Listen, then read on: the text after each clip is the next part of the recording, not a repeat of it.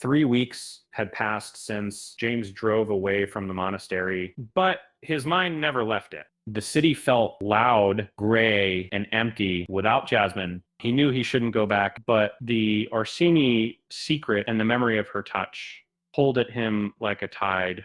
Using his uncle's name, he arranged a spiritual visit to the convent, claiming he needed a quiet place for prayer. When he pulled up in his black sedan, the rain had been replaced by a humid, heavy heat. He didn't go to the chapel. Instead, he waited until the moon was high and the other sisters were asleep. He found Jasmine exactly where he hoped she'd be, in the garden, under the shadow of the old stone walls.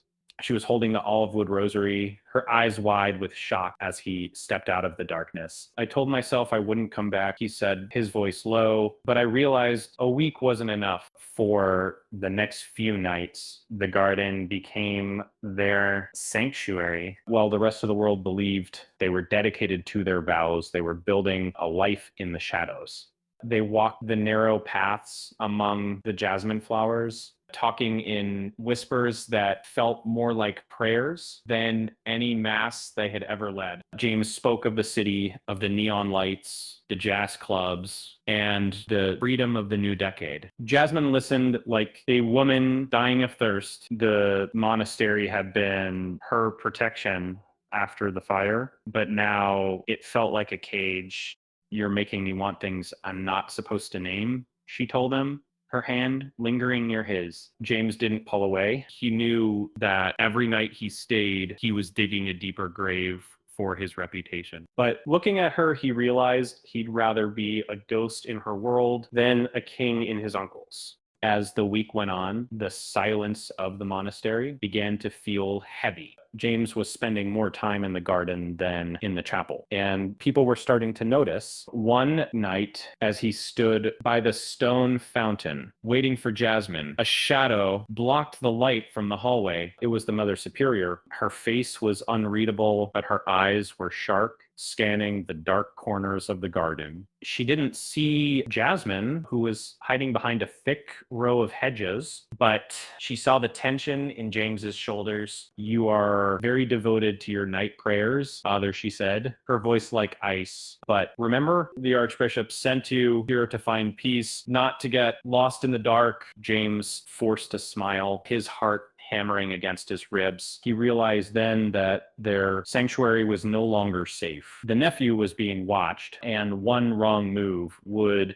destroy them both.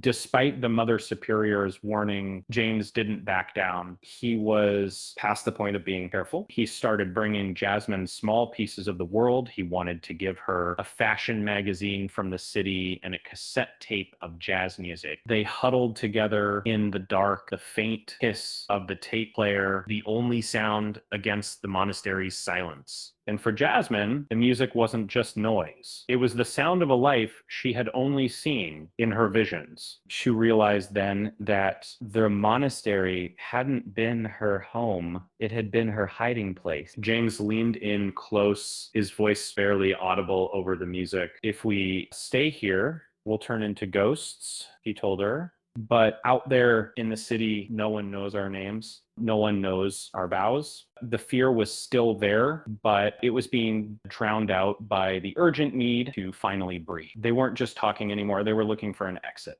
On the final night of his visit, the heat was stifling. James didn't ask her to stay, he asked her to run. He told her about a small apartment he could get in the city, far away from his uncle's reach and the church's rules. He promised her that they would find out the truth about the Orsini name together. Jasmine looked back at the cold stone walls of the convent, then at the black sedan waiting at the gate. She took the olive wood rosary from her pocket and handed it back to him, not as a gift, but as a promise. "Keep it," she said. "When you come back for me, bring it. That will be the signal."